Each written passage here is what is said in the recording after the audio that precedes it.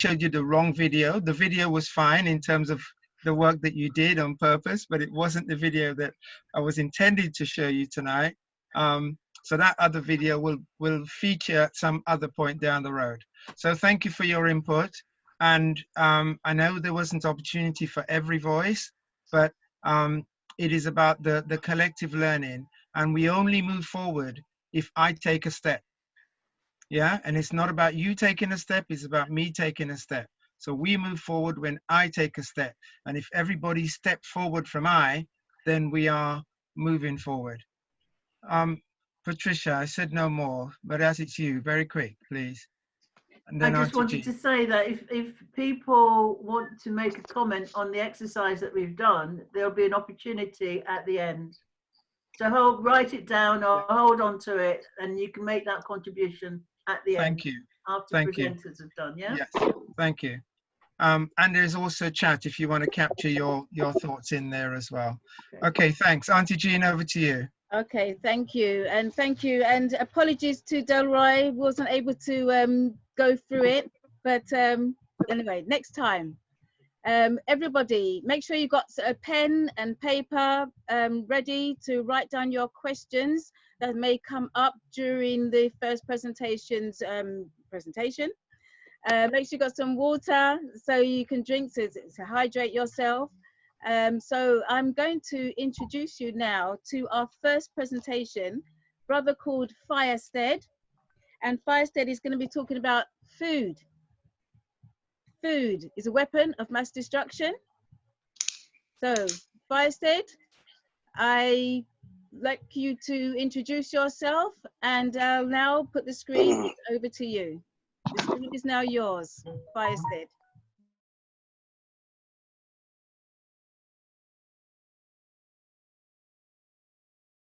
Firestead, are you there? Yeah, I'm there. Okay. Okay. I can see, but I can only see half of your face. Yeah, here, can you see me? I can see half of your face. Yeah? Yeah, just half. I don't know how this works. Half of the face, press escape. Yeah, can you see me? No, you've got the wrong person. We can see you. You sure? Yeah, let him know. I'm sorry, is it, Auntie Jean, if I may, is it because of the lighting? Does he know why you can only see half of his face? Yes, because I was speaking to him before about see if he can adjust his lighting. We can see his whole face. You might have to adjust it a bit more. We can see his whole face. I can see my whole face. I can see his whole face. Yeah, I can see his whole face, but half of it is darkness. Okay, let it run. Okay. Thanks. Thank you. Go ahead. Okay, you there? Can I talk? Yes, please. My name is Firestead. I'm a guy that I've done lots of different businesses, and my life was all about making money. Could we have a bit more volume, please? Can you hear me? A bit more volume, please. My volume's up high. Admin? No, just carry on. You have to manage your own volume, Patricia. Are you there? Go ahead. And I was all about just living a lifestyle of just making money and doing my thing. I'm a dance teacher, professional dance teacher, instructor, also a judge, international judge of all types of dances, and also an examiner.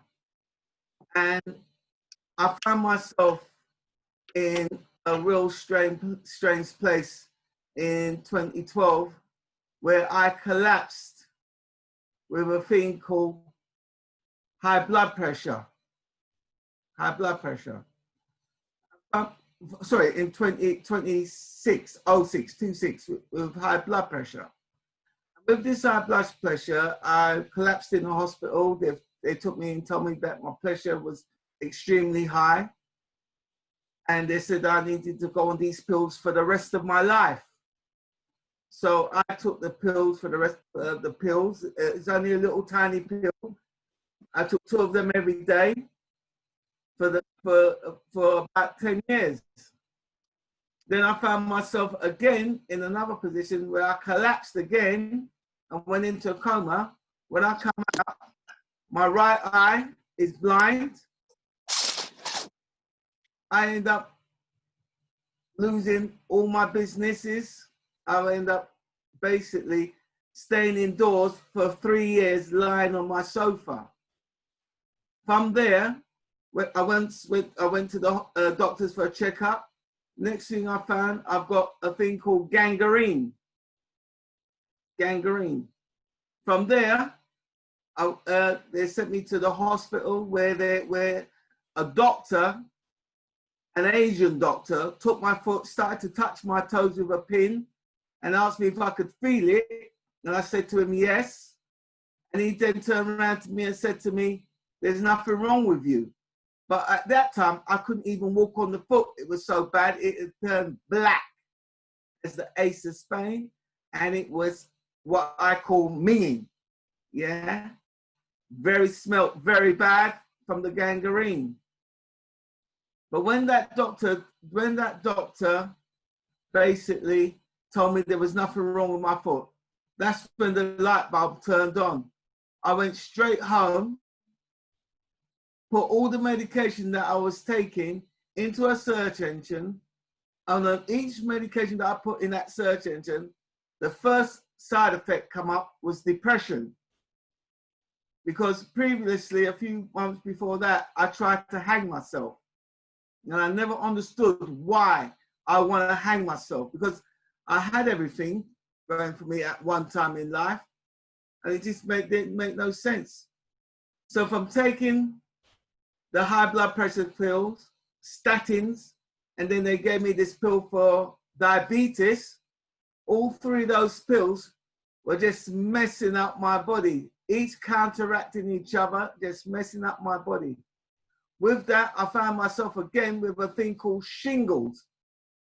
Once I found that the thing called shingles, I find that shingles is basically chicken pox and another thing called herpes, which I couldn't believe that I even had herpes.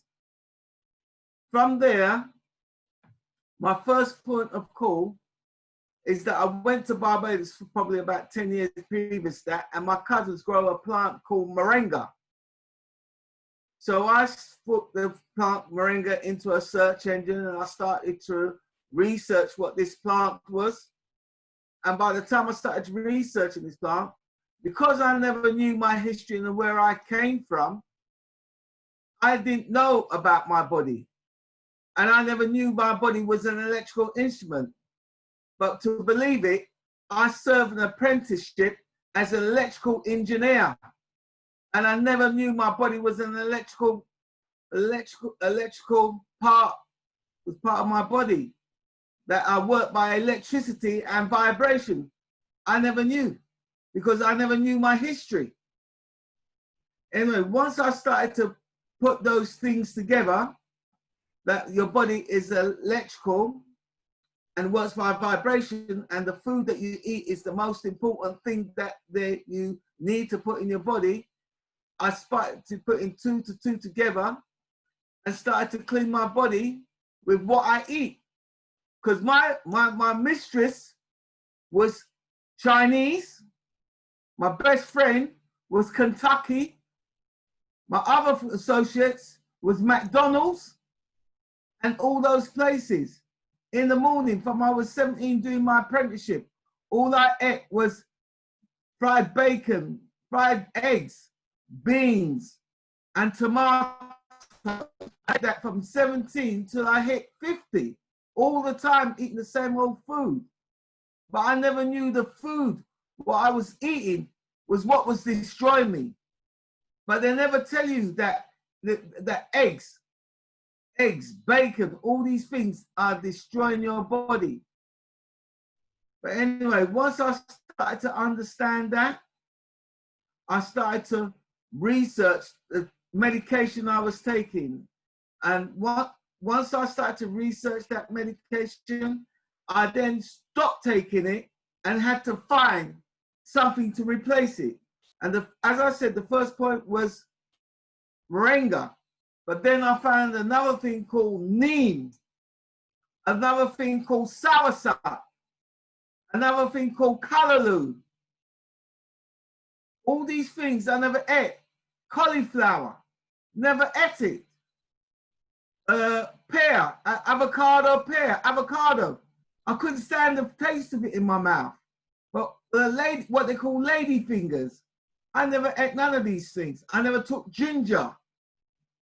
And what they try to repair your body with is what they call chemistry, because the pills that I was taking were man-made. They're chemistry. But you need to repair your body with what you call physics. So the food that I was eating was killing my body, but the food that I replaced it with are things that are coming from the ground. And they got all the minerals and the electrolytes that your body needs. I never knew I knew about Irish moss because they mix it with milk and it tastes nice. But you need the raw moss inside your body, not with milk and eggs. So I had to basically change my lifestyle, because all I ever did, most of my adult life, I went around with white people and English and European people. All what I worked was this pure European, few blacks, but mainly European. So I never really studied all the things that I was doing wrong. And I had to make a complete lifetime change, a lifestyle change, you know? And it's been a kind of a big experience for me, because when you're eating those things for 50 years and you then got to stop eating bacon, it's been one of the hardest things for me to do, you know? In that, learning about the things that we eat is the most important things, and the medication that we take ain't supposed to be in our body. I've now come to this place because once I started to clean my body, this got clean. And once this started to get clean, I started seeing visions, and basically he started to speak to me and tell me that I need to look after my black brothers and sisters. And I still didn't want to do it. I thought to myself, I'm going to go back to try to make money, build my businesses up to make money. And he came back and told me he didn't make me clean to go back in the same thing. So I basically had to change my life. I've changed my lifestyle. I started learning. I didn't know things like about toothpaste, underarm, soap, all these things that I would go to the pound shop and buy for £1. They were just breaking down my body.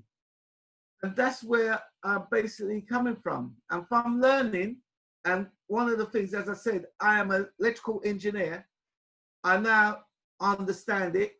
I understand about the shungite, the magnets, all the things, the stones, the healing flowers.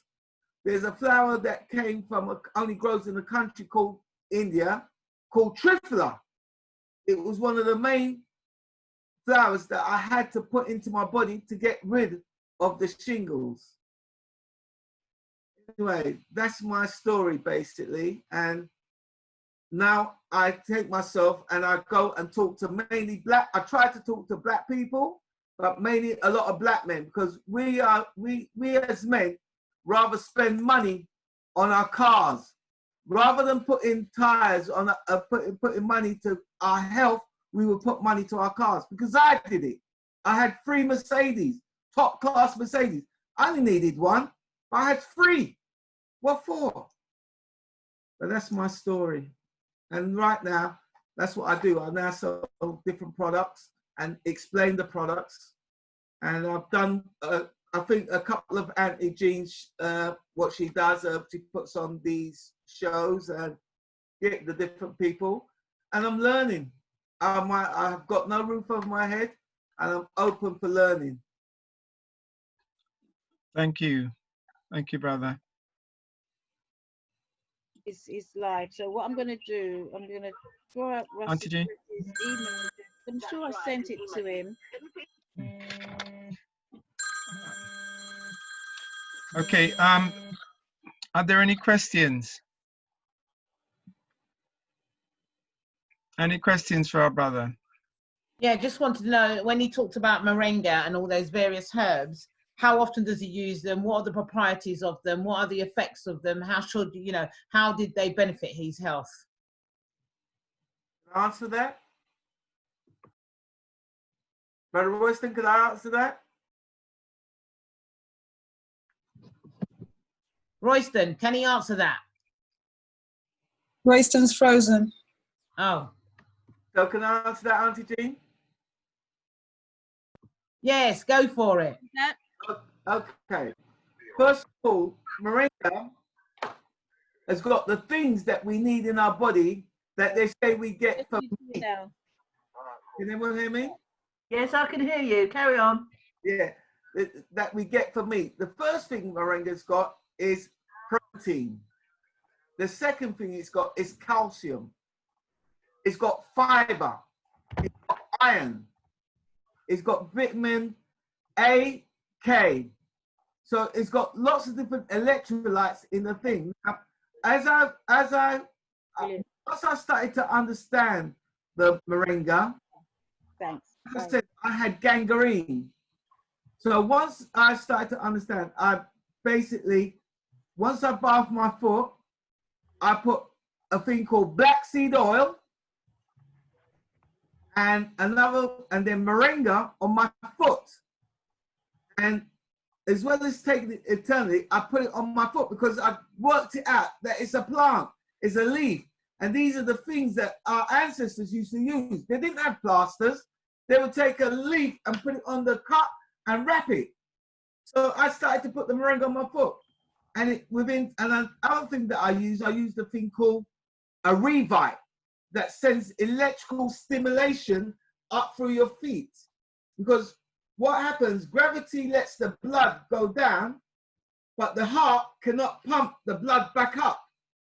So that's how I had a break in my foot, basically. I call it electrical break. So the blood could not go back up.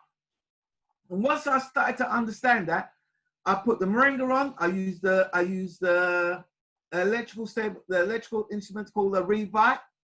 But in answer to your other question, you got to use it every day.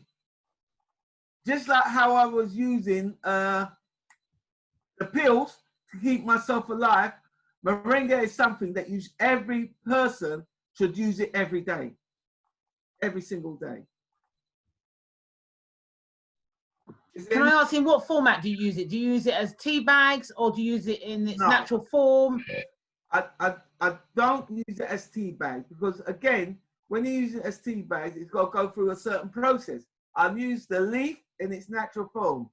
A lot of people take the seeds and put the seeds in, but the seeds are so powerful that when they go into your gut, if you put too many seeds in your gut, it will burn a hole in the gut. There was not a lot of research done about the seeds, but the powder, you can put it in everything that you cook with, in your smoothie. Well, they call it smoothie. I call it electrical alkaline drinks or whatever you want to call it, but it's not a smoothie. It's not smooth, but that's what they want to call it. But anything with electrical, moringa can go in everything. Like today, I made a soup. The moringa and the trifler went into the soup, the vegetable soup. So I put it in everything I take, yeah? Because it's electrolyte, it's protein. And where I don't eat meat no more, and meat, they say you need to get protein, but that gives you your protein. It gives you your protein that you need, yeah? Just the moringa. Thank you. No problem. Anyone else? Any more questions for our brother Fire? Can I just ask him, where does he get it from? Right. I buy moringa wholesale, and everything that I talk about, I now sell. Yeah. Various shops that you can get moringa from as well. One of the shops that sells moringa is Holland and Barrett's. Yeah. But if you ring me, or I'm gonna hopefully Auntie Jean, I get moringa, but you can get it from Holland and Barrett. So can Auntie Jean give us your details, your email or something like that, so we can order? Yeah. Auntie Jean, he's going to put his details on the side. Can I just say that to come up on the screen. So Fire can still put his details on after he's done his presentation. But there's also Okay, lovely. Thank you. Can I ask a question? Yes. The question is about the flower from India. What was the name of it? It's called Triphala. Yeah. If you hold on a second, I will get it so I can spell it. So you can spell it. Hold on one sec.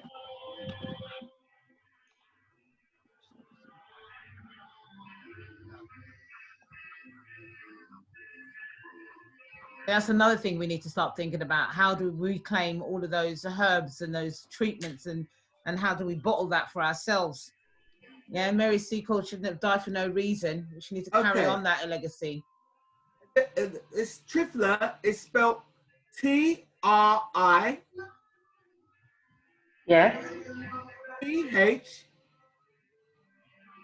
Yes. A. Repeat. T-R-I. P-H-A-L-A. Thank you. Yeah. fella. Well, most of the stuff that you take is taken. You can take it in what they call a smoothie. I put it in what I eat. Yeah, but it's a thing like is a blood cleanser. But what it attacked the herpes that I had. Yeah, because the herpes, when it was on my body, it did. Most people, when they get cold sore on their lip, they say I've got a cold sore. But a cold sore is herpes. It's just straightforward herpes. Any cold sore comes up on your lip, because some people, it attacks their mouth. But where it attacked me, it attacked my middle region, it attacked my groin, it attacked my back, it attacked my bottom of my feet and the top of my feet. So I was itching all the time. So I knew I had a fungus or some kind of fungus. So I first of all went and bought the stuff that ladies use for their vagina called Canistel. I thought, is that because it's fungus? So I used to put that on and it will stop it for a day. But then it will come back with a vengeance, because the problem wasn't on the outside of the body. The problem was on the inside of the body with the blood. That's where the problem is. And 99.9 problems with your body is to do with your blood work. If you've got cancer, it's blood. Diabetes, it's blood. High blood pressure, blood. COPD, blood. It all, like I know everyone, most people now know about Dr. Sebi, but once you start, I studied a doctor called Dr. Grayson, and he was from the 1920s. And most, as Dr. Sebi, most illnesses, 99.9 illnesses, is to do with your blood. And what they do, they give them different names. So for instance, if you've got breast cancer or prostate cancer, it's the same cancer, but it's all to do with your blood. And the first thing what people should understand is that they need to clean their blood. Most times you clean your blood with what they call alkaline foods, like the food of lemons, ginger, watermelon, cucumber. All these things are alkaline, yeah? And once you start to clean your, eat anything that usually comes from the ground, that's grown from the rains and the heavens, it's going to be more or less alkaline. The most things that you need to put into your body is greens. This is where moringa is the top green you need in your body. From that, then you have the cauliflowers, the spinach, the ladyfingers. But all of these things are what they call alkaline. I call it electrifying. They're electrifying your body, putting the electric back into your body, basically. Could I ask a question, please? Yes, certainly. I watched I listened in last week and I'm listening to this week, and it's a very powerful story. Now, I'm a person that's on these This medications. will be the last question, okay? Because we need to move. Okay, I'm on these medications. When you make this transition, how long do you think you should take to make this transition? Good question. Yeah. The thing about it, once I read about the pills and what they were in it, I made it straight away. I would never tell another person to do that because some people, they go to what they call cold turkey. Yeah. But I made it straight away because I knew I tried to kill myself. And I figured this pill tried to kill me. So I made it straight away. Once I made it, I stopped eating bacon. I stopped eating eggs. I stopped eating rice and peas, rice. I stopped eating butter. I stopped it all because once I started finding what was cancerogenic, that was actually putting the poisons into my body, I stopped. But I'm not going to tell you I'm a vegetarian because I'm not a vegetarian. Because one of the most important things about eating is that a lot of people, because my mother used to say to me, you need to fast. And I say to my mother, why do I need to fast? She go, God says so. And I just say, nah, I ain't fasting. And it's the way she put it. But now I really do understand what she means about fasting. But one of the things that you've got to do when you're on these medications, you've got to detox. You've got to get the chemicals and the toxins out of your body first, and then start putting the good stuff in, basically. Thank you. Thank you very much. That is absolutely brilliant, touching as well, and very honest. I see there's a couple of questions still put in there. We can save those until later on, or maybe you can answer the questions during the break, because we're going to a break now. Royston, over to you. Okay. Didn't hear that. My video is, my internet is internet is really playing up. Okay, so we're going to take a 7-minute break. We've got a short 7-minute video clip to show you. If you need to have a break, get water or what have you. But this video clip will be running for 7 minutes. Thank you. Faisal, could you put your details along the side in the chat room? Oh, sorry. So put your details in the chat room. Hold on. I should have put this up. This is the details for Firestead. If you care to take a picture of that or a screenshot of that. Unfortunately, though some of you might have missed it, Sister Yvonne Douglas has a cracked rib and is unable to be with us tonight. But Sister Lorna Grinochinori are both here to present after our short break. Okay, I'll put this this screen up again later. Right, so a short video clip.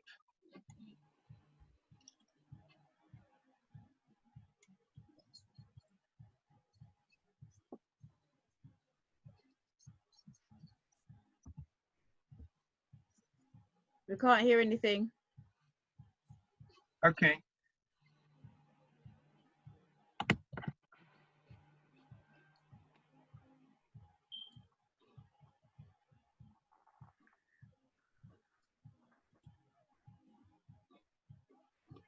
Let's go again. I was walking town and I saw our ladies slapping their scalps and scratching and so on. And I observed that other races don't do that. The whites don't do that. The Chinese don't do that. The Indians don't do that. So I asked the girls in my office, what is it? What is happening? And they said, oh, doctor, it's the weaves, they're itchy. I said, okay, educate me. What are these weaves? They said, well, there's 100% human hair,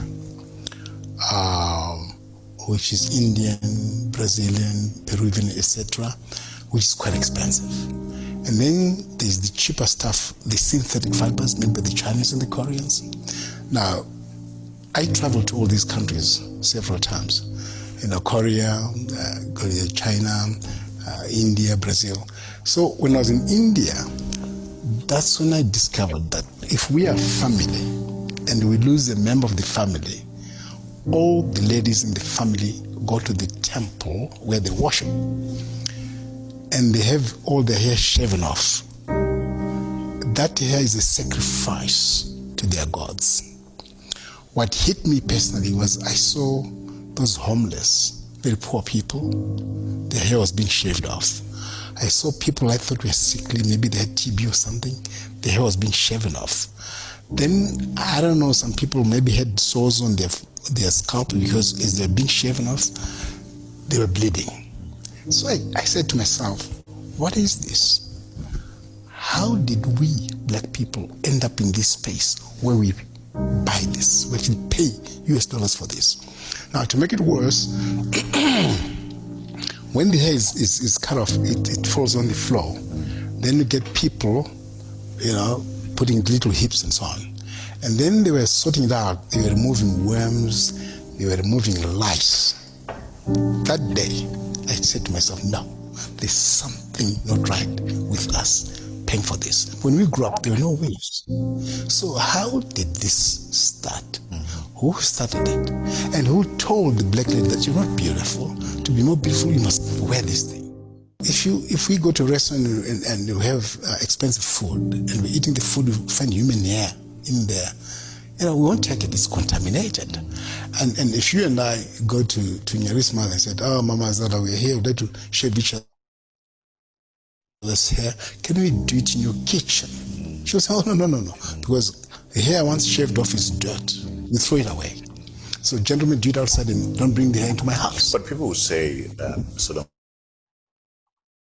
that this hair gets washed, right, in a process that's done, it gets cleaned, pegged nicely and so forth. Does your point still stand? Yes, it does. I was speaking to a trichologist, somebody specializing, he's got a doctorate in hair and so on. Hair does not die, it's alive. Okay. So somebody commits a crime here and they leave a piece of hair, even 25 years later we can catch them because of DNA in the hair. And the trichologists tell us that if hair is in touch with another tissue, there is exchange of genetic material. People don't know this, which means people who are gluing the hair or whatever, stitching, whatever, there's exchange of genetic material. They don't know what they're getting. It may not show in that individual, but in grandchildren, great-grandchildren. Trevor, there are three sources of this hair: live people, dead people, and of course these fibers. Just before burial, the hair is shaved off. Then they immediately get buried.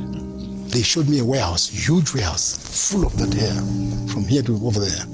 And he said to them, gentlemen, what are you doing with all this hair of people who've just been buried? And they said, oh, black people. Black people love this hair. If you ask ladies with the expensive hair, the natural hair, if you say to them, is this hair from a dead person or a live person? They don't know. Now, this hair, it will fall off in here, in the bathroom, in the kitchen and so on. This dead people's hair, we don't know what those people died of. We don't know what disease was running in their family. We just buy. What our people don't realize is this. Our skin and our hair, they need to breathe. Caucasians, white people, have that kind of hair and that kind of skin because they come from a cold climate, -10, -20 degrees Celsius. There is snow. So that hair and that skin is an adaptation to their habitat, the environment. So that's why when white people come to this part of the world, because of the sun, they get skin cancers because they don't have pigment. This pigment is worth more than gold. And that is why albinos also get skin cancers because they have no pigment. That's why people who have applied Ambi also get damage, permanent damage to the skin. So we buy this weaves or wigs, whatever, and put them on top of our own hair. Now, it means the scalp cannot breathe. Some people keep this for 4 weeks or even longer. What's happening? I said to the ladies, you get the hair on your scalp, your armpits, your private parts. Whatever there's here, there's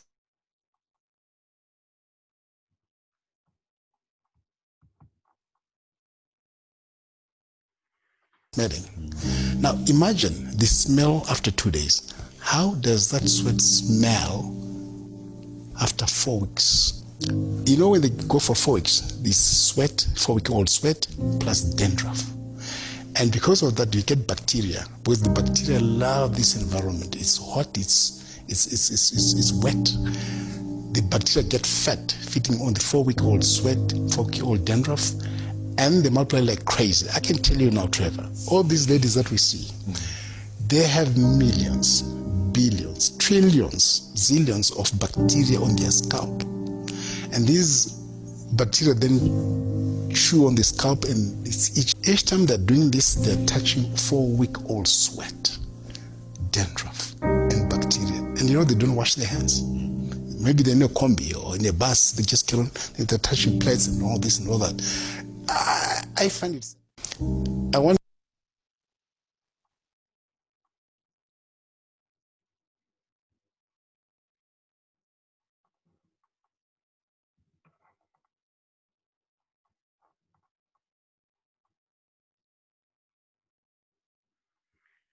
Yuck.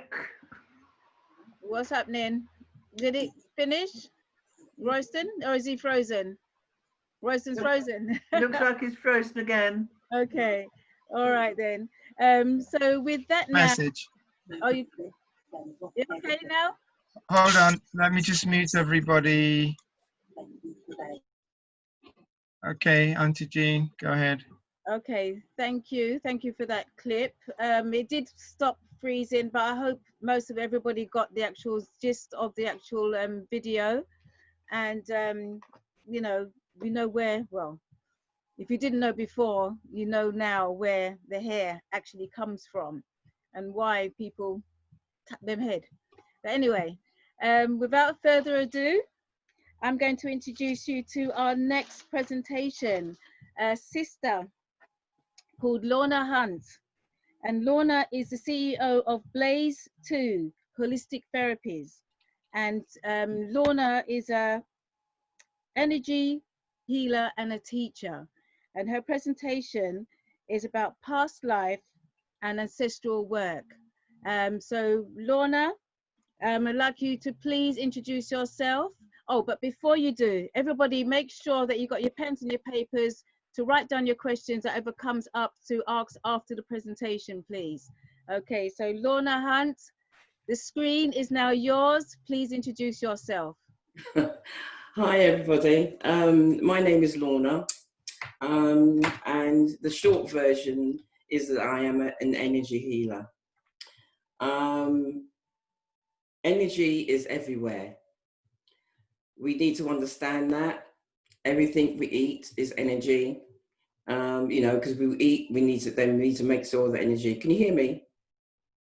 Can you hear me? Yeah? Okay, good. Yes, yes, we can hear you. All right, thanks. And I'd just like to talk to you about my path. My path is of energy work, spiritual healing, mediumship, and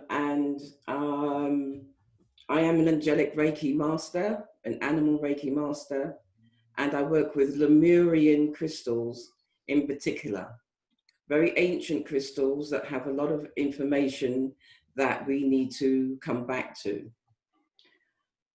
I'm also a shaman, stroke medicine woman.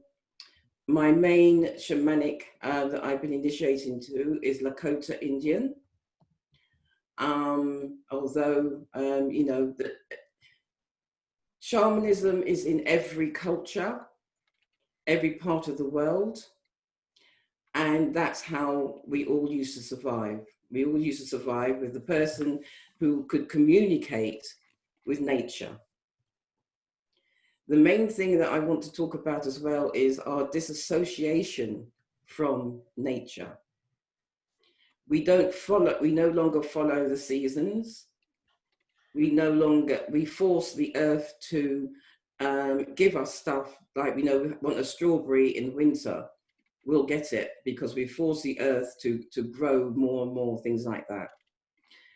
How many, as we're going back to food, how many food does no longer taste the same because we no longer allow it to ripen properly so that we can get the proper goodness and at the right time.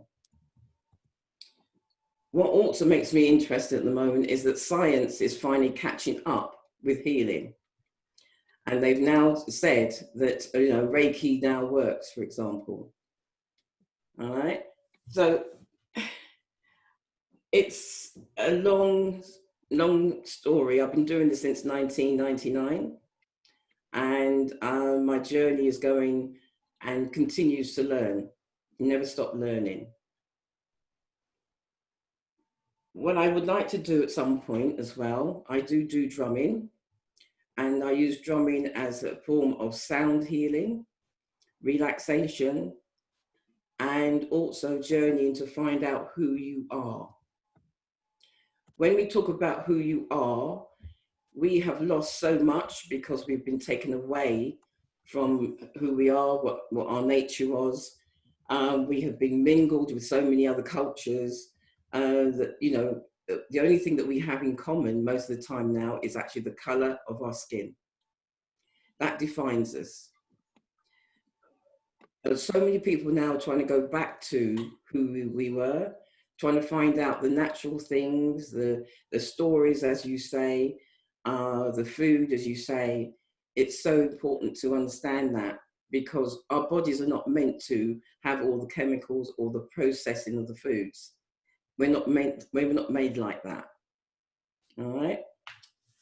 Anyway, going back to everything else.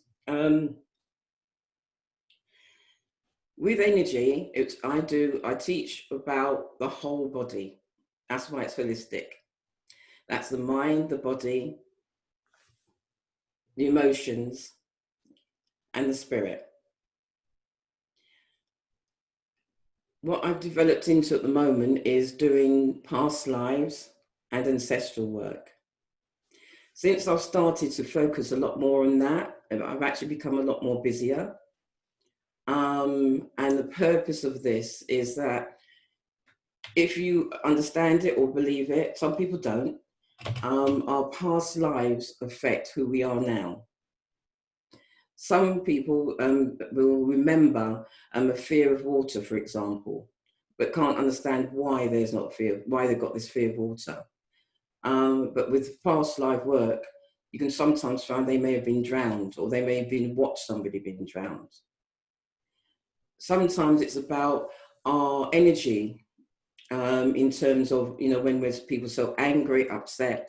It's like when you've gone through a trauma, and in order to protect yourself, you split into different energies.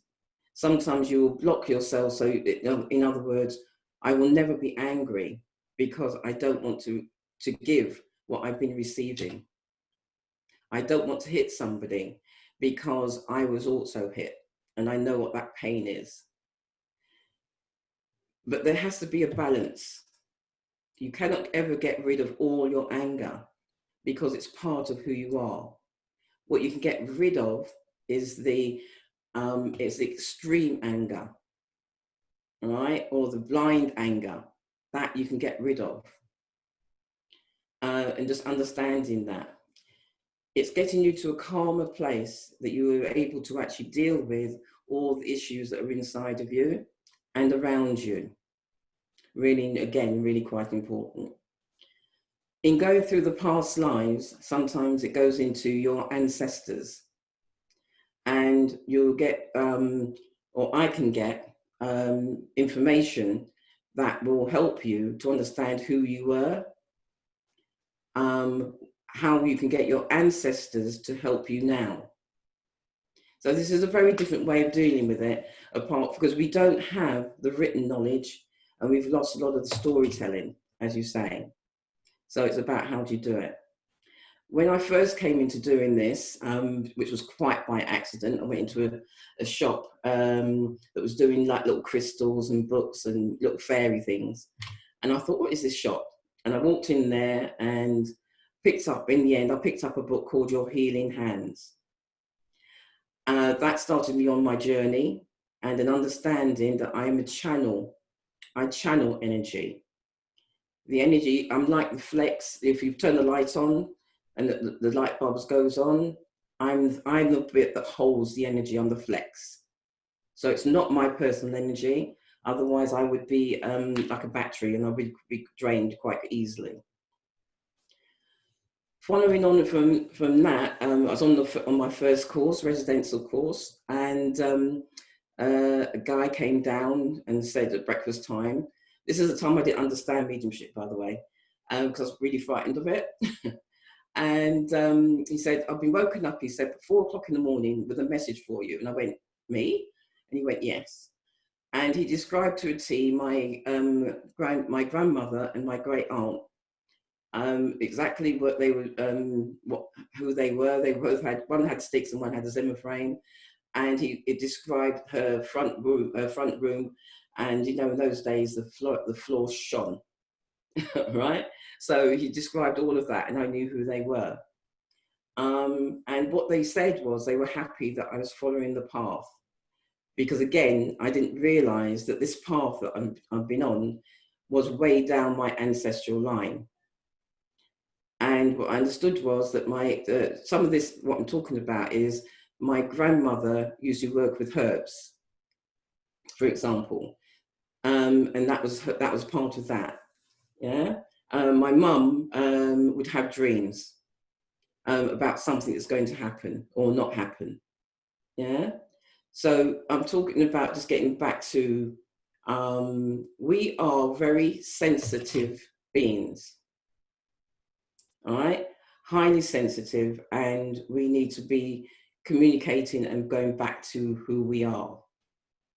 When we talk about the power and the abilities that we had, and all the might, you know, our minds were great. We did a lot of building, we did everything else, and slowly somehow that was taken away from us, and we need to re-establish that back into context. Crystals are important, also equally important.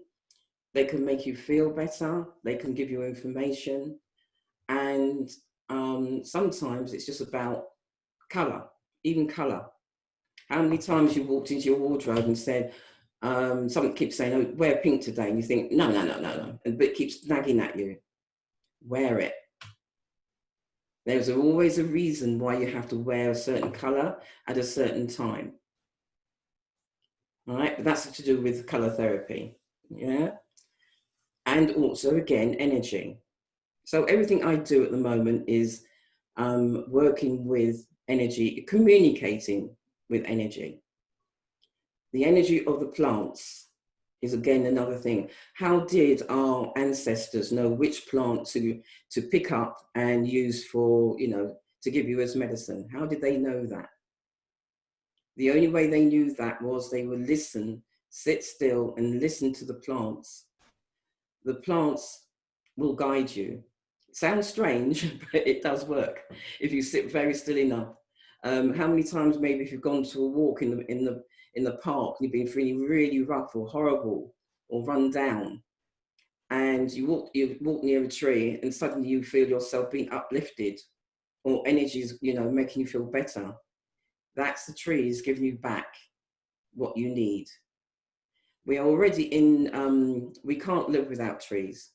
We give them our CO2, they give us their oxygen, right? And this is so important that people with money don't seem to understand. They kill our trees, they're killing us. You know, and it's the same thing with the bees. So it's everything is integrated with everything else, really. Is the bottom line from that, all right? So I'm going to leave it there because sometimes I can go waffling on for ages, but sometimes it's better if you feel, yeah? So what I'm going to do in a minute is I'm going to actually do a short drum journeying. Now, meditation is different. It's that you're trying to try to get your still, calm center. With journeying, you go in with an intention, with a question. and you're more conscious of what's going on. So all I'd like you to think about before I ask you to do it is to think about what you would like to change in yourself, and or if are there any sort of ailments or anything else that you think that you'd like help with. You know, maybe you've got a bad back or something like that. Just think of those things. Yeah. I'm going to ask you to be sensitive enough and open-minded enough that if you sense or see any animals, all right, any animals, plants or insects, don't dismiss them. And I'll explain why, you know, when we finish, yeah? Also, don't be surprised if you think, there's some of you may think, well, if I've seen a unicorn or anything else, doesn't matter. Anything that comes through, it's important for you to understand what we are connected to. Okay, all right. So I'll show you my big boy drum. I do hand drumming, which is, so this is my American, not American, sorry, this is my English Red Deer drum that I made here. And the lady that made it, helped me make it, was from Finland. So it was off the Finland vibration that helped me to make this. Sweat and blood, and I nearly threw it out the window at times, because you know, sometimes it's hard to maintain it, but I did, and it's now my drum at the moment. Yeah. So if you want to make yourself comfortable as possible, okay, and I'm just hoping you can hear this as well. Okay, so I just want you to close your eyes.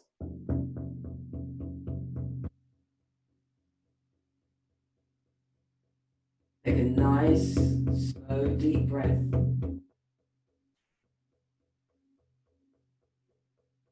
As that breath goes out, think of all the things that you'd like to change, that healing that you'd like to receive.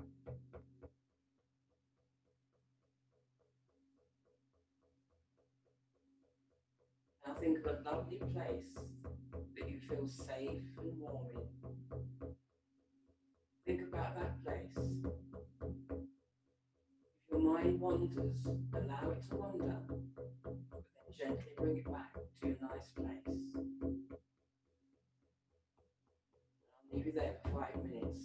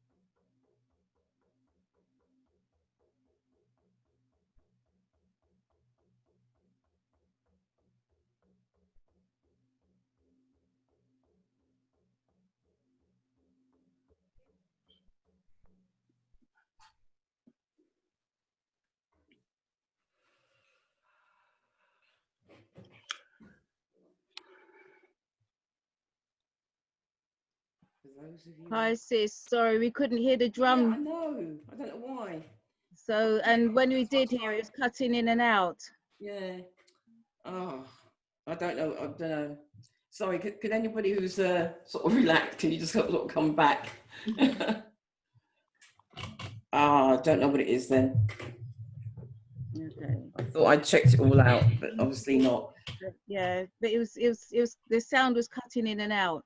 Yeah. I don't know if anybody got anything from that. Would you said if it's possible to get any feedback? Do you want feedback now? Yeah, if they did, yeah, please. Does anybody got any feedback from that of what you heard or what came to mind? Did anything come to mind to anybody or for anybody? No, yeah. I got to my mango tree. And yeah, sat in my mango tree for a little while, and then I found myself in a country lane in just in Kent, you know, where I would normally drive. So it's a picture that I'm aware of, and I'm remembering the deer that I once encountered, a young deer that had come through the fence, and you know, watching it running to try and find a way back through the hedge. Yeah. All Thank right. you. Yeah. Yeah. Yeah. My apologies. I don't know what you could, but you can hear me now, though, can't you? Yeah. Loud. Yeah. So I don't know. I don't know what it is. I've got to, you know, I've got a big enough mic. Look. So I'll have to experiment some more. Why it keeps doing that. All right. Things like that. A deer came to mind with me as well. Sorry. A deer came to mind with me as well. Good. I imagine my house that was all finished in Jamaica. a stream going by, and the deer was at the bottom.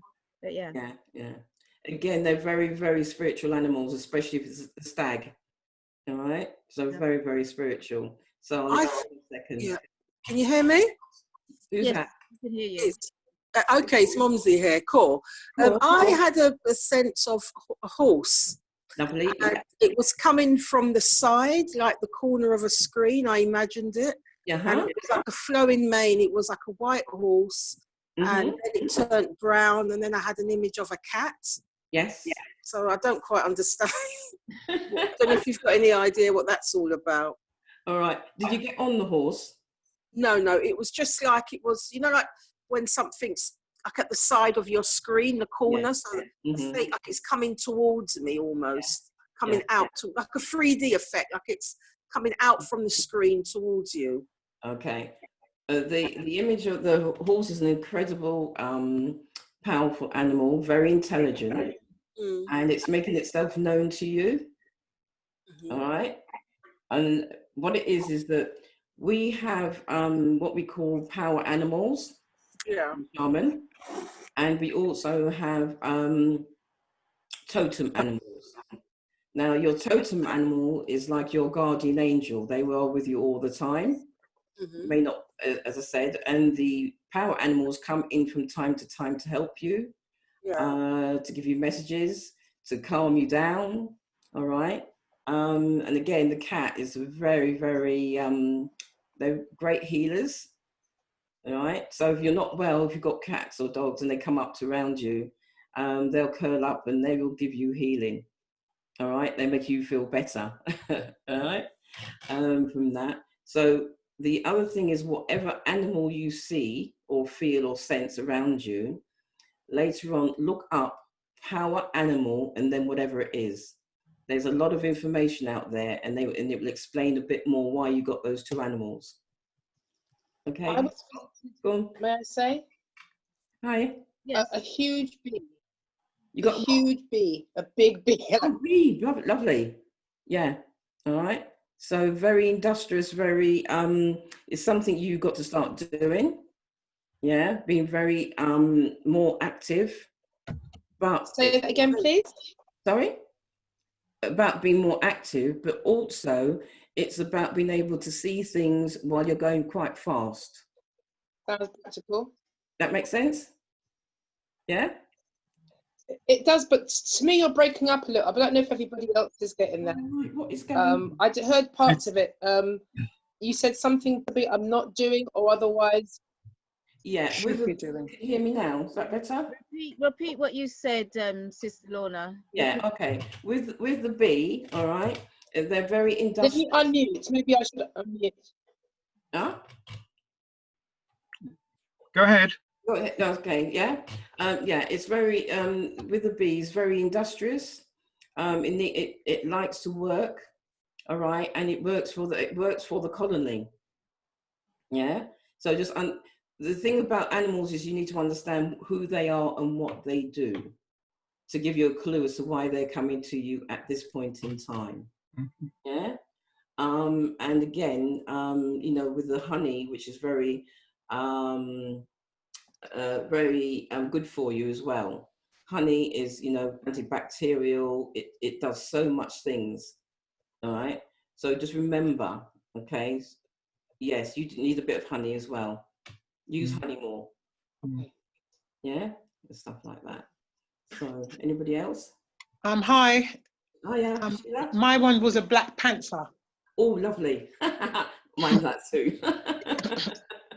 All right. So again, what the idea of the Black Panther is that it watches. It's very careful, as all cats are. But also for this one, it's about the camouflage as well. Yeah, so it's about knowing your power, retaining your power, not only just as a woman, but as a Black person. Does that make some sense to you? Sheila? Oh. Yeah, anybody else? Anybody else? Yeah, can I just say, I didn't get anything this season, but I always, most of the time, see a python, a snake, and I have a phobia to them, but I always see them. I feel them, and they're around me. If you could just give me some kind of explanation. Yes, unfortunately, sometimes they give you things you don't like. All right, but it's about facing your fears. Yeah, what are you afraid of at the moment that causes you to not function? The other thing with the was it a python? Yeah, it's always like a big, horrible one. Right, yeah. But the thing about the python is, oh, sorry, where did you see it? Was it around your back or was it around your feet? I just get a visual in my head. Oh, okay. Yeah, not necessarily around me. I have this visual of like a snake, and then I just try to blot it out completely. I don't even think about it because I don't like them.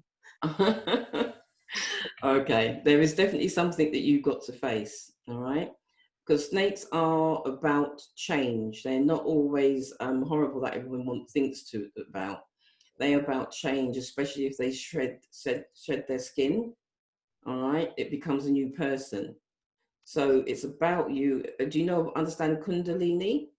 Yeah. Okay. So it's also about possibly wanting that for you to rise. Yeah. But you've got to get over the fear of the snake in order to allow your sensitivities to raise up. Metaphorically. Mm-hmm. Yeah, and yeah. Spiritually as well, yeah. Yeah, okay. All right. So it's not necessarily something physical that you have to deal with. Yeah. It's something else. Right. Thank you very much. Thank you. And also it could be one of your power animals, you see. Wow. Okay. Sorry about that. I never thought about it like that at all. Yeah, they're actually really good. They can help you to ground, and be in connection with the ground. Also, when you're thinking about animals, they sense and feel things so differently to what we do. So again, so it's about with a snake, they smell with their tongue. Yeah. All right. The ant will, sense things by the hairs in its feet.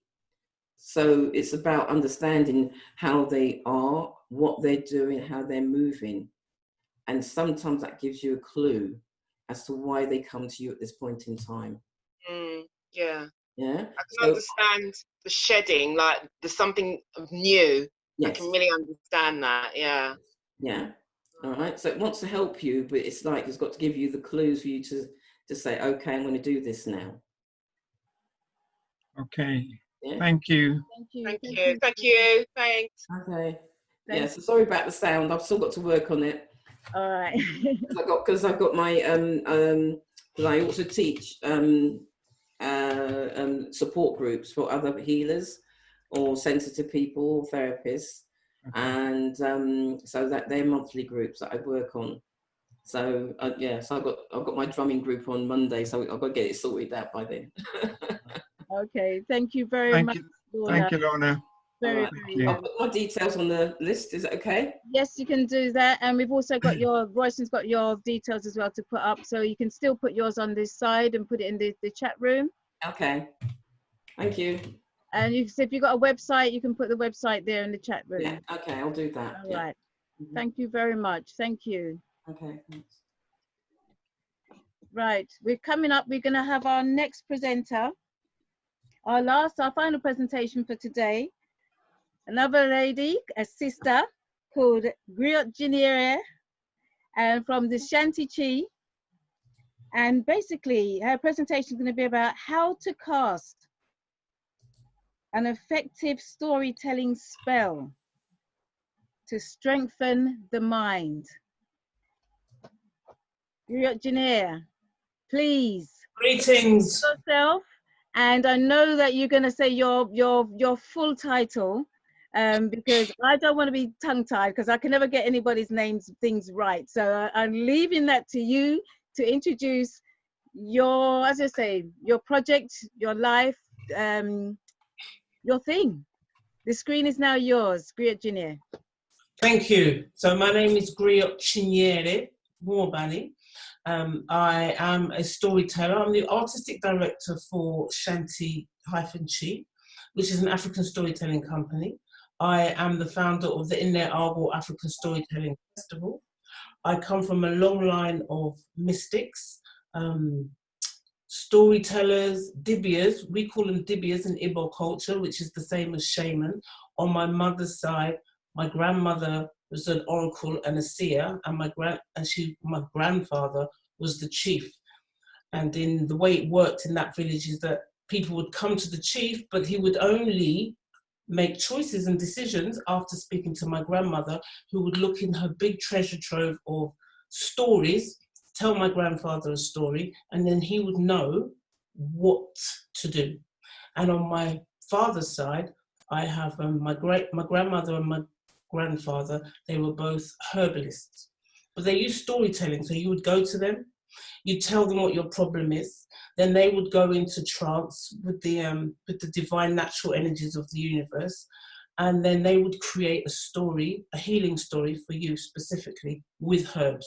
So you'd come, and as they told the story, you could feel the healing happening, and they would give you herbs and the story so that you could tell yourself that story to help your own healing.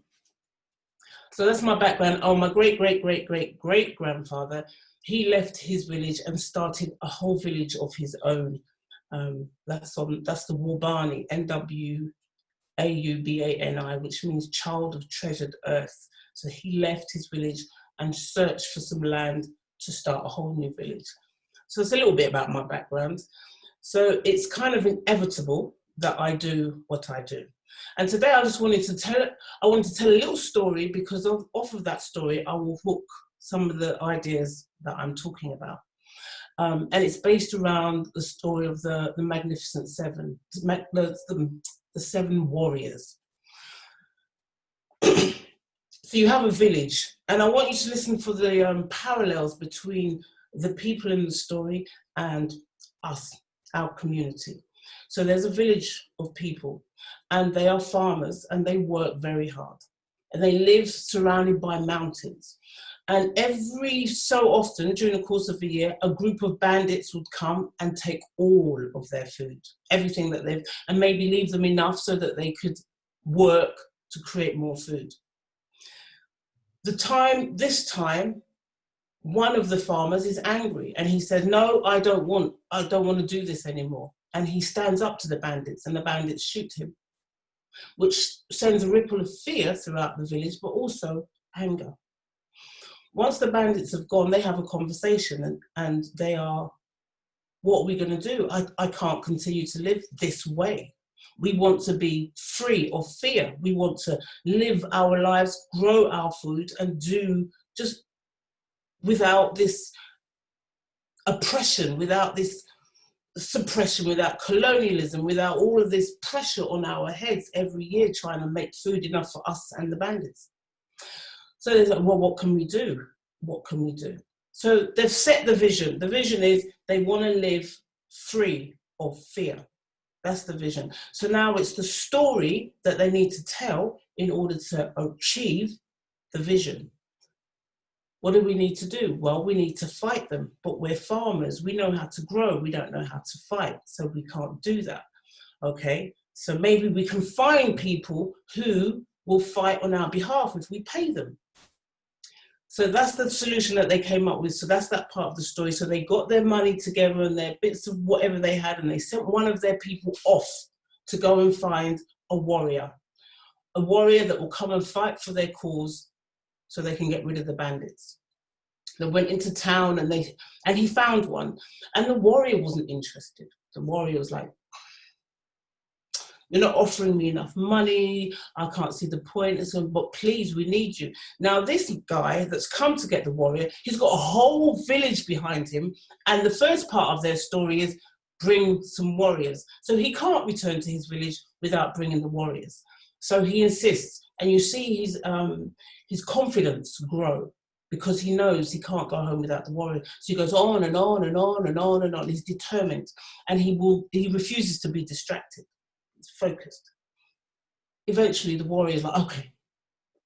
He takes him on because the warrior is a hired hand, and he knows that in his life he doesn't have wife, doesn't have children, doesn't have family, and he wants to balance the books. So he wants to do something good in his life. So he agrees.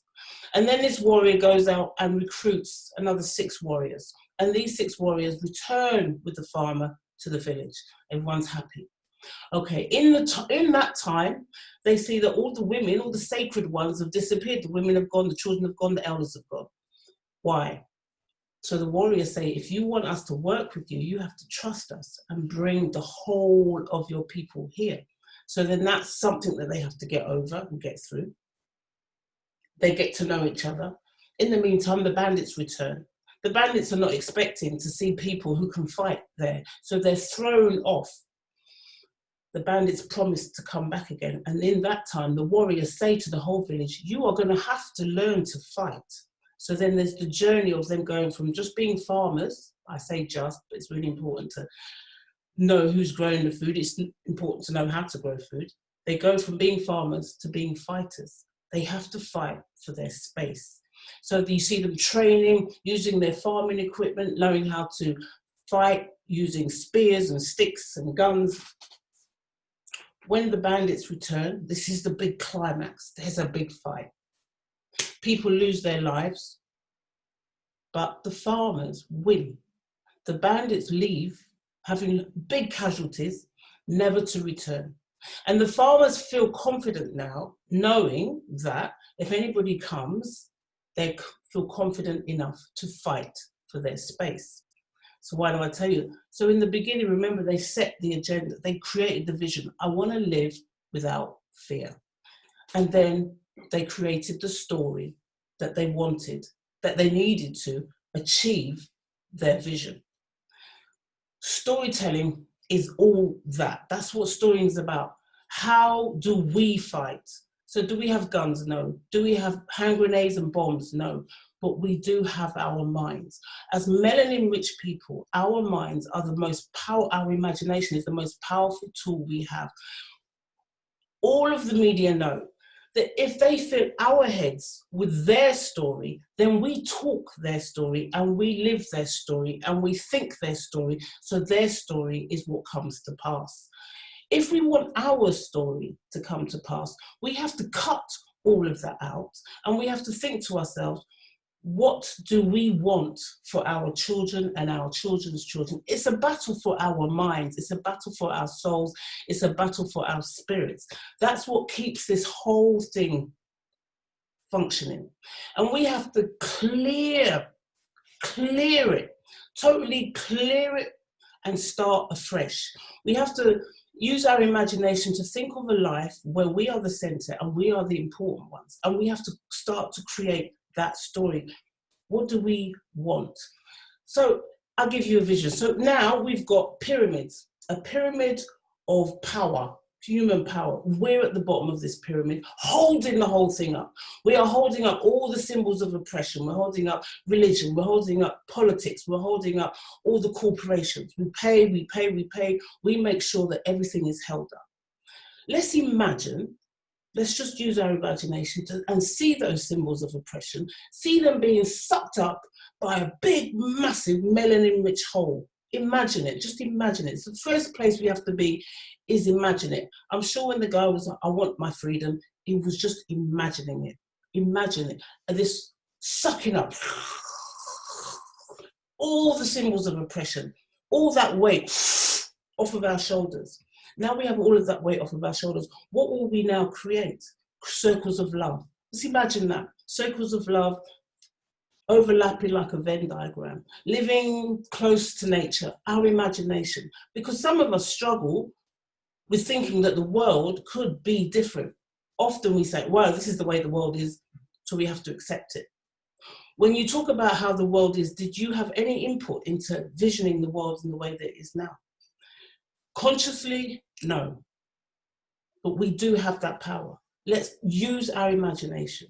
Dismantle that pyramid and create circles of love, overlapping, where we can live in harmony with ourselves. If that means getting rid of everybody else, getting rid of all the Wazungus, getting rid of all the Asians, getting rid of everybody, so that we are free to live, then so will it be. And they get sucked up into the black hole, which develops the idea of complementary.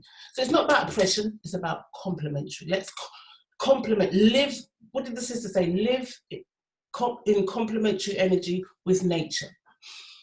What feeds the imagination? Clean air, oxygen. We need, it comes back to the breath. If you breathe, you learn to relax. And when you learn to relax, you learn to free your mind, and you allow your imagination to be free to think about the kind of world that you want to be in. But the quality of the air that you breathe is what will make the difference. So are you breathing in car fumes? Because the knowledge that comes with car fumes, are you breathing in central heating? Are you breathing in cigarette smoke? Are you breathing in all pollution? Or are you breathing in the air of trees, the air from the nature, the air from the top of a mountain? What air are you breathing? Because the quality of your, have you surrounded yourself with plants? Do you spend time in the garden, in the parks, in the forest, in the woods, by the ocean? This air, when you breathe this air, this is the air that will feed your imagination. And this is the air that will help your imagination to be free. Free enough to be able to vision the world that you want to live with, because we have that power. If you think it's not true, then it's not true. If you feel that we don't have that power, then we don't have that power. But I know, as a melanin-rich storyteller from a very powerful, mystic, strong line of people, and these are the stories and the messages that are given to me to share with you, I know it's true. But I can't do this by myself. I mean, it's one of the reasons I started the Inner Argyle African Storytelling Festival, is that we would gather together in a natural environment, breathe deeply, and talk about the story we want to tell to arrive at the place that we all want to get to. Feed the imagination with clean, fresh air. Number one, that's the thing that we need the most. Feed your body with good food. The brother spoke about that earlier on. Water, and drink clean water. But all of these things are reliant on good, clean air. Good, clean air. You can't have clean food with dirt, because you're going to water that food with clean water. That's going to make a difference. It's going to be, photosynthesis is going to happen, but it needs to be created in the right environment. If your food is created in a room, where is the air? Where is the photosynthesis happening? Where is nature? Where are the forces of nature happening? So I'm saying, use our imaginations to write stories. Ask your children, ask your neighbors, you yourself, write the stories of dismantling the pyramid to create the stories of love, the circles of love. That story, once upon a time, there was this evil pyramid, and we went through this process, we dismantled it, and now we have circles of love. We have to write those stories. Our head is full of Hollywood, our head is full of TV, and those stories are the ones that are dominating us. We need to write our own stories, because that is what will make a difference to the future. We can make prophecy using storytelling, but we have to know that to be true. We have to feel that in our heart, in our melanin. We have to open our imaginations. So without breath, we struggle. We struggle to think. We struggle to speak. We struggle to live. And that's why nature is essential and is central to everything that I do. And I would like to invite that it becomes central to everything that you do. So my last thing before I finish, I'd like to say to you, imagine, we're not going to argue about whether reincarnation exists, just accept that it does for the purposes. And you will return, all of you, you're going to return in 900 years' time. Okay, and when you return, the world is going to be exactly how you need it to be in order to feel good about who you are, about your past, about your future, and about the generations to come. We have been reinstated as guardians of the world. We've been reinstated, okay? 900 years down the line, when you return, that's what you see. Pow! Whoa! Yeah, love it. Pow. What do we need to do now to make that happen? That's what we need to think about 900 years down the line, because people are thinking further into, not your 5-year plan, your 10-year plan. That's personal. Community, we need to think 900 years down the line. And we need to write all of that down. So that if it doesn't, what we do our best in our lifetime, and then we get our children to do their bit, and so when we come back in 900 years' time, it is how we visioned it to be. What do we need to do now? Create the vision and then write the story. Thank you. Thank you, sis. Thank you very much. Amazing. Powerful story. And I see some people have put in the chat as well about them. They love storytelling, real talk, and they love, they love the stories. They love the stories. Has anybody got anything to say? Any comments about what you just heard? Yeah. The story. Yes, Lorna. Yeah, because I just want to add to what you're talking about, the stories and the films, and we need to create what we do. However, if you look at some of the films and stuff that's out there already that comes across as science fiction or, a film, there's a lot of facts in a lot of these films, and it's happening right now. So, so that's the power of telling stories, even though you're telling the truth, but it comes through in a story. Terminator, as you said in that the clip, Terminator, if you look at Total Recall, it's all what they're trying to strive for, all right, which is taking us away from nature, and everything's going to be for technology, electronic cars, and stuff that's not going to be, good for us. Okay, and that's why I say, they're putting out their image, they're putting their image out there. Yeah. And the best way to interrupt an image that's not good for you is to have your own image, to have your own story, to have your own visions. Yeah. And we are here, or we're on Zoom, and it's good that we know how to use Zoom, but we should use it in order to write those stories that are gonna create the vision for our future, the future that we want. Because oftentimes people say, oh, this is the future. And I will ask, did you write that? And they'll be like, no, somebody else did. I goes, well, why have you then decided to take it on as yours? Is it what you want? Yeah. But we're not taking it on as we're being forced to at the moment. No, we're not. We are taking it on. But that's what I'm saying. We don't have to. If you say we have to, then of course we're going to. But we can do something about it. We can stop it.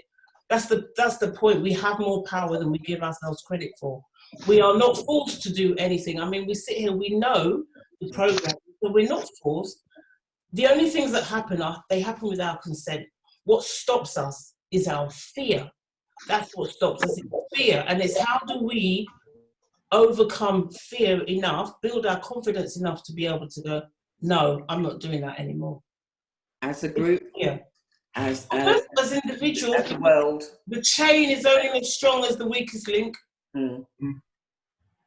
Yeah, so it was proved the other day when the weekend of people sending energy to the planet, to each other, just by kind thoughts, energy, and it did shift.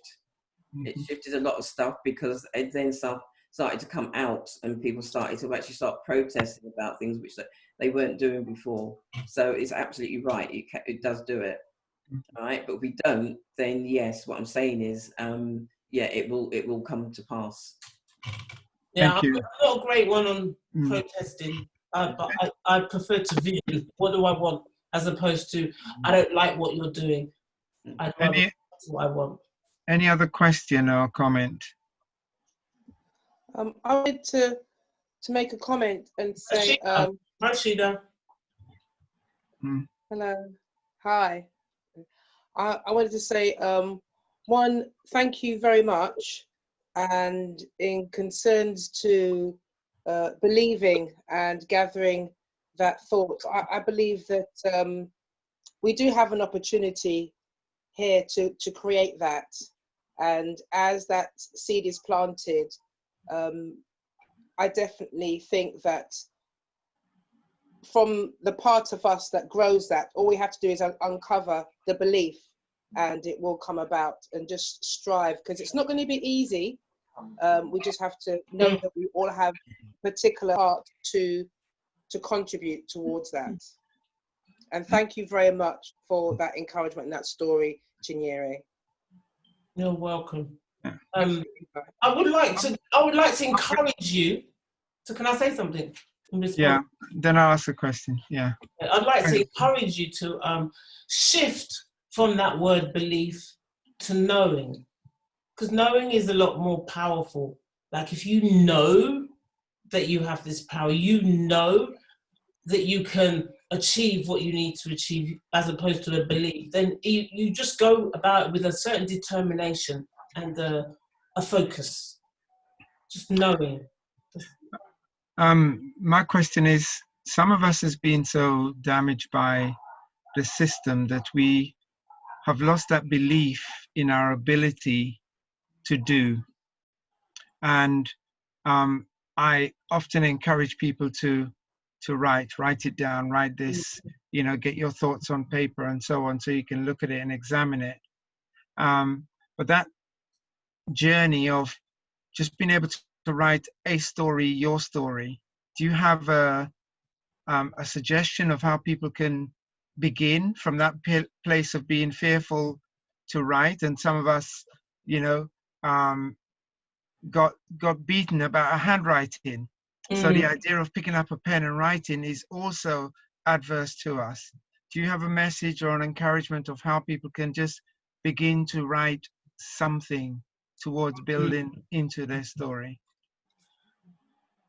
Well, I mean, I don't want to tell you, all come see me and do my training, because I mean, I'm not the answer to all of the questions, but I would say, be brave, know that you're being brave, and just get yourself a piece of blank paper and a pen and just sit there and see what comes. Play your favorite music and write down what you want, or draw what you want. Even if it's just one word, just start with one word and expand on that one word when you're ready. But start with just a blank sheet of paper and a pen, play your favorite music. If you're feeling rather tense, have a little dance, loosen yourself up, do the shake, and then, but go from a place of, you have to find that play in you and return to a place. Think of a time in your life when you were feeling relaxed and happy. I mean, we've all got at least one of those. So start from that place. Thank you. That's good. I had a question for Lorna, and it's to do with the drum. You said your drum had Finnish vibration. Yeah? And I just wondered, and you also said, apart from the common thing of our complexion, our colour, many of us have nothing in common. It's what's been taken out of us, is what I was talking about. Yeah, we don't have the connections, like the lady said, you know, like... Can I just ask a question, and then maybe your response might be... yeah, go on then, say that again. The question I want to ask, Mila, was about the different vibrations that individuals may have as a consequence of different cultural effects or impacts. Right, okay. You understand what I'm saying? Yes, yeah. My particular drum has, yes, it has that, it's another shamanic village, if you like. So I had her influence in how it was made, but I had the energy of the deer, all right, which is there. But I've also got the energy of the shaman of the Lakota people, And I've also got the, I was also told of the angels as well, because when I drum, I'm sorry you couldn't hear it, but there's also like a singing bowl effect at the same time. So although I'm hitting it, you'll hear the singing bowl. Okay. So yes, energy goes through the drum from whatever I channel, all right, and or I'm connected to will go through. If I'm standing drumming and I move it towards the sunlight, and the sunlight hits it, I'm channeling that sunlight through the drum to the person to be healed. So yes, it's the connection. Basically, it's a connection with the animal is a basic first one. You thank the animal for allowing you to use that skin. So that's connection there. And then it's a connection with the earth, and it's a connection with nature. So each with the cultural origins of the individuals. It will be part. It will no, not really, because I'm just channeling the energy. So although I hold, it's like I hold the energy to go through the drum. All right, and that is what is help. That's what helps people.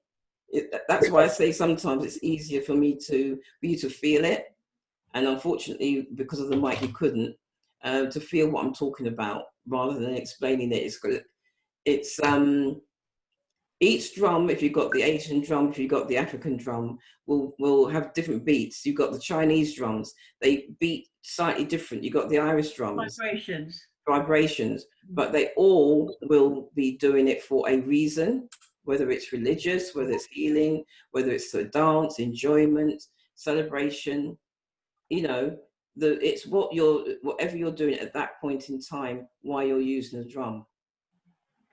Does that make sense? I understand, because I was more concerned about the cultural influence of people whose DNA might be passing through your own body. No, it's not about that. It's about sound. Sound is universal. All right. It's so if you talk about the sound of the whales, sound of the dolphins, the sound of the wind, what soothes you? Yeah, you might listen to a nice calming bit of music that will soothe you. Somebody will look at really loud music, but it relaxes them. It's what affects you, but it's not about DNA on that point. And that's why when I'm drumming or my drumming group, I don't call myself a shamanic drummer, because I drum with shamanism, Reiki, the angels. So whatever energies comes through that drum to help that person. And that's how I work. Yeah, it's called frequency, isn't it? Yeah. That's what you're talking about. The kilohertz, megahertz to the kilohertz, isn't it? Yeah. It can be with that. I mean, with certain, that's why with certain, if I'm just doing totally Lakota drumming, then they drum with certain beats. All right. But if I'm just freestyling, just letting whatever comes through, then my beats may go all over the place. But if we're drumming in a group, which I do part of a 70 to 100 a group, people just drumming, we're drumming the same beat, and that becomes more and more powerful the more you drum. And that vibration will go through that person or whoever we're sending it out to. It's not at that point, not about DNA, it's about energy. Yeah? So that there, about the vibration, that's how my grandparents work with the stories, the vibration of words, yes, the vibration of the sound, the voice, the vibration of the breath. You know, that's how they work when people are coming to get their healing. And they bring in the herbs and that vibration and the structure of those words put together specifically to heal the individual that is there before them. Yeah, exactly. And the words is the breath. It's what we do when we first born. We're alive, and it's the last thing we do before we die. So the breath is the first point of call when it comes to healing, and the words that we construct and cast, because we cast a spell. When the vision is clear, and the vision is clear through the words that we speak, the breath that we take, and we cast a spell. And for myself, because at the moment I'm also developing my voice, so following what you're saying, so I will do toning as well. So even though I might be doing the drum, I might suddenly tone, and then again that comes down to whatever. But again, you know, you was talking about the drum. I was at a dusk till dawn session in Oxley's Woods, and there were 3 sisters. Yes. It was me and Kalila and another sister, and we were drumming, and all the trees around us started to sing. Yep. I mean, it was just amazing. I'd never heard that. And the brothers were like, "What are you sisters doing?" We were drumming, and the trees were singing, and we could hear the vibration coming back, and that was, yeah, it was powerful. And we're not great drummers, so it wasn't about being a great drummer.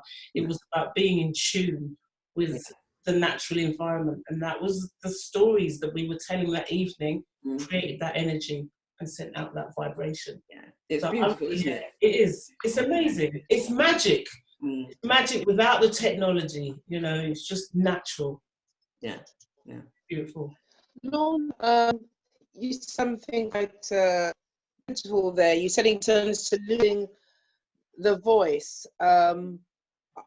I found that I've experienced that myself, admittedly. Can usually be quite chatty or don't find certain things quite difficult, but I have definitely found that I'd lost my voice over recent weeks, and only over the past 2 days it seems to have come back, even to a point where I just wasn't talking. Is that something that obviously the drum helps, or do you have any comment in that? I mean, I've really experienced it can. Yes, it can help. But yeah, I need to do the drumming, and then you'll feel it to see what is blocking you. All right. It could be many things that's blocking you at the moment. It could be a physical block. It can be an emotional block. All right. And also it's a sense of helplessness at the moment. So that's making you go inwards. Yeah, rather than being able to sort of be who you are. I can't hear you very well, admittedly. Sorry, I didn't hear what you said. She's saying she can't hear you very admittedly, well. I can't hear you fluently. Oh, right, okay. Yeah. We've really got to sort this but out. It's okay. It might be a day for the gremlins. But thank you. I'm going to take the honey. Okay. Okay, it's Shida. It's you're the one who's cutting in and out. So it might be I think it's a problem on your side, because Lorna's side I can hear is quite fluent and quite clear. Yeah. So anyway, but I didn't get a chance to say thank you very much to Griot Janiri. Thank you. It's been a pleasure. Thank you. Brilliant. All right, those stories for the future. Thank you. Yeah. Yes. Very nice. As the floor has already been open, we've still got some time for the floor to be open for any questions for any of the other presenters, as well as Griot, as well as Lorna and Fire. So if you've got any questions that you didn't have a chance to ask, or you put at the side and you'd like to ask, now is your chance. Can I remind Hi, I've got a question for about Griot. the exercise that we did initially? They may want to give feedback on that. Yes, somebody just mentioned something. Who else wanted to ask a question? We can go back on that after. Brother David, I've got a question for Griot Janiri. Okay, you sound a bit muffled. Yeah. Is it? Do I? So they still sound muffled now? Yes, you still sound quite muffled, but a little bit. I can hear you. I can hear you though. Okay, I'll ask you the question then. I mean, I get the impression that you spontaneously make up stories. After you spontaneously make them, do you kind of sit down and write them out and fill them up even further? Or what do you kind of do, if you don't mind me asking? Okay, I get stories, it's true, I do get stories, and I don't write them down straight away. I might not write them down for years, to be honest, because the way that I'll get the bare bones of a story, and then I'll tell the bare bones of a story, and then I'll be inspired, and every time I tell the story will grow organically, naturally, and then when it gets to a certain place, and that could take years, and then I might write it down. But not initially. I just have to remember and build on it. But I try not to remember it too hard, because if I remember it in such a rigid way, then there's no space for it to evolve and grow. And so between the meditations and the conversations and the dreams, I have to allow all of that to be involved with the growth of the story. So I haven't written down lots of my stories. I've got about 9 of them now, really detailed, and they've been going back over years. But it grows through me telling the story as opposed to me writing and rewriting and writing and rewriting. I tell them first. Can I make a comment? Yes. You know, that, you know, with growing up, my children, we used to get 36 books a week from the library, and they would read these books. And the stories that they really, really wanted to hear was the stories that I made up. Yeah. And they were excited about the stories that I made up. And every one of us can do that, because it feeds our imagination and our children's imagination, you know, that it's not coming out of a book. Yeah, my children loved it. I used to use it as a way of disciplining them sometimes. Like my son, I used to love licorice. And my son ate my licorice.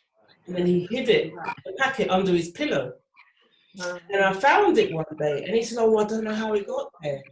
And I said, "Oh, so you're not the, so you don't know the story of the boy who licorice in his ear?" He goes, "No, I don't know about that story." He goes, "Well, yeah, he stole his mum's licorice, put it under the pillow. When he woke up in the morning, he became a licorice, and she couldn't find her son, but she found a big piece of licorice, so she started to eat the licorice. She pulled him in, and he's like, you could see him go, and she ate it, and oh, it was delicious. And by the time she finished eating the licorice, she realised, oh, I've eaten my son." And his face was like, "Oh my God."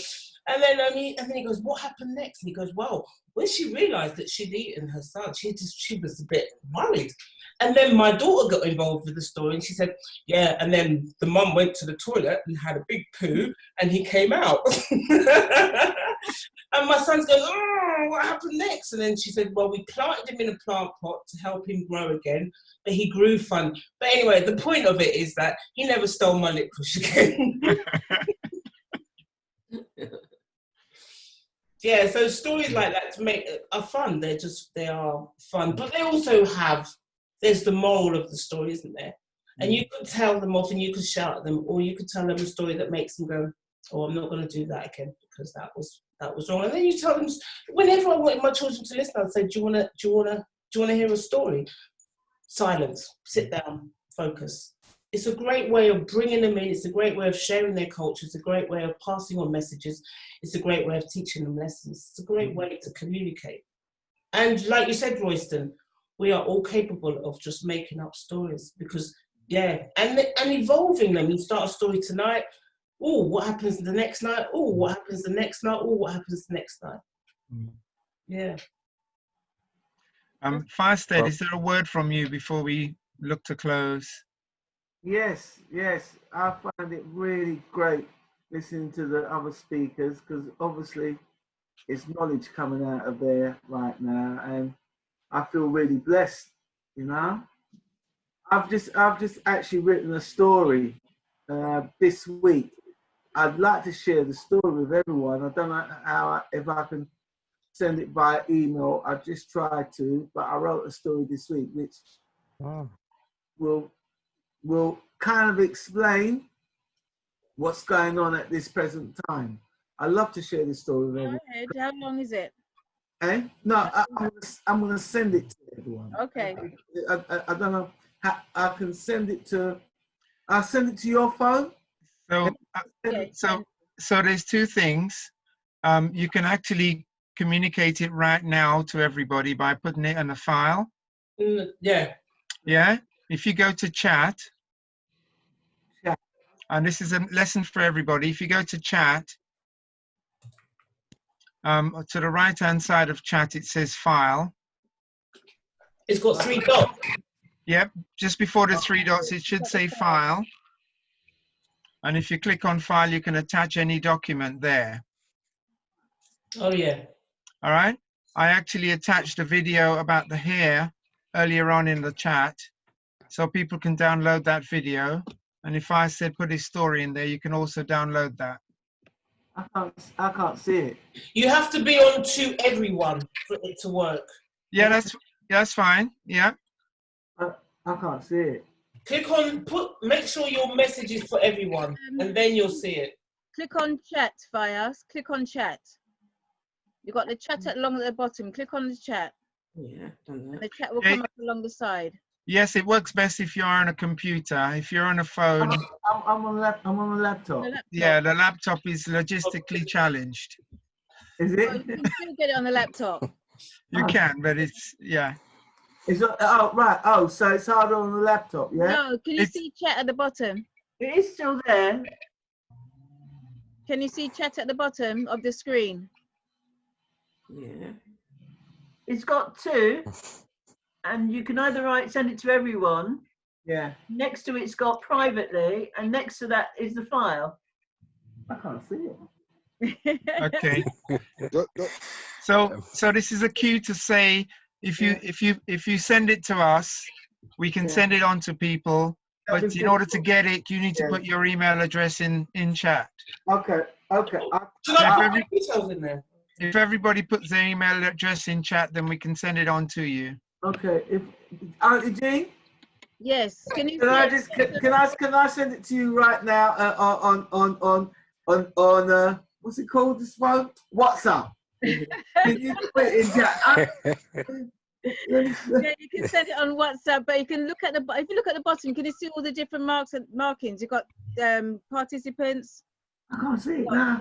Screen share, the bottom of the main screen. Can someone just do a demonstration on a screen share for Firestead, and then he'll be able to see it on the screen? Auntie Jean, if he's on a mobile phone, he's not. Beside participant, he will see more. He's on a laptop, sis. How are you doing anyway, Marcia? I'm good, you know. I'm keeping good, working as usual. You know, I'm out there on the front. Yes. Yeah.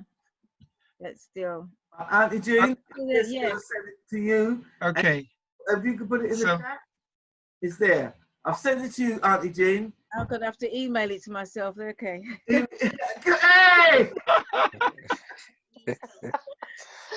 Okay, so people, some people have put their email address in chat. If any more can do that, then we can send it on to you.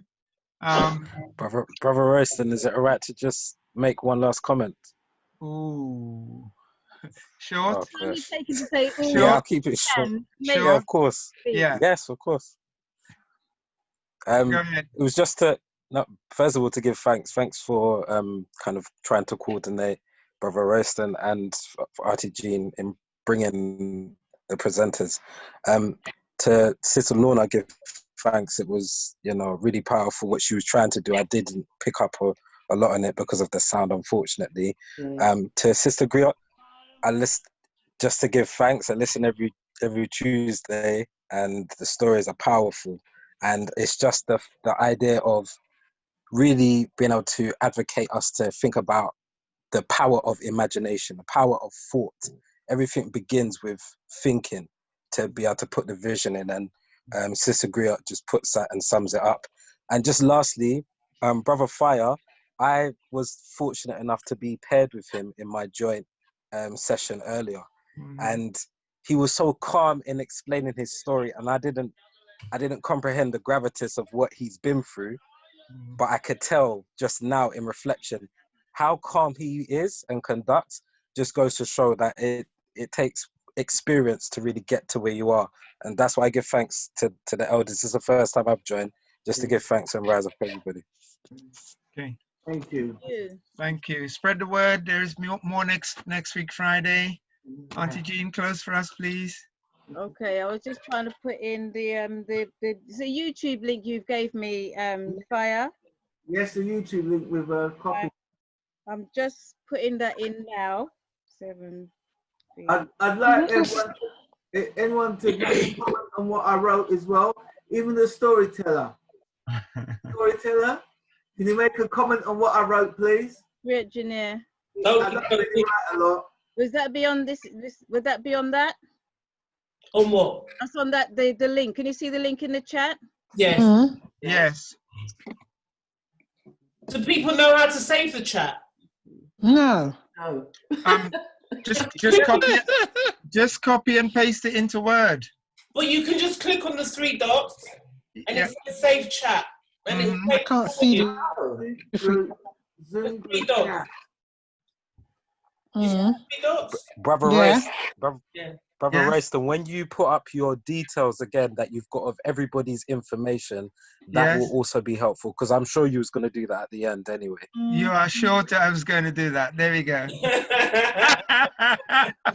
I like it. I like it. Give thanks. Okay. All right, everyone. Thank you so much. Thank you. It's powerful. Being here. I'm just putting this up again because I think I didn't do the link correctly. So I think the last link I just put up is the correct one that Fire put up.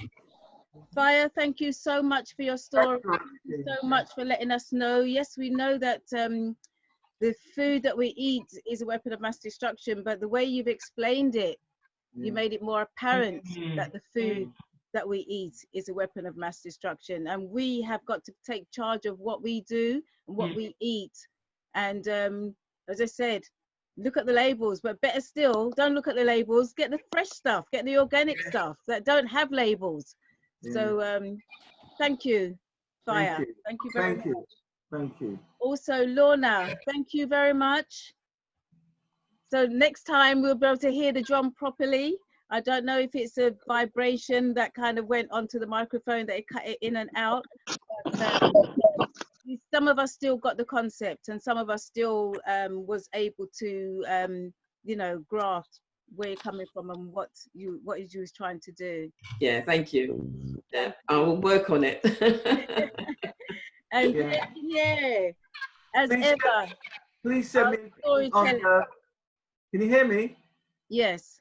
I would like people to send me a comment on the story if possible, because I know I don't really write a lot because I had a struggle with English and I really struggled with this, but like I hope people get you had an inspiration. Yeah, big inspiration. Okay, cool. And Griot Janeri, thank you so much as ever, always on the spot of your storytelling. And it's wonderful. Thank you. And thank you everybody else for joining us. Bye everyone. And we'll see you next week. Thank you. Thank you, Roy. Bye. Good night. Good night. Bye. Good night. Thanks. Give thanks. Give thanks. Give thanks. Yes. Thanks. Good night. Bye-bye. Cheers. Bye.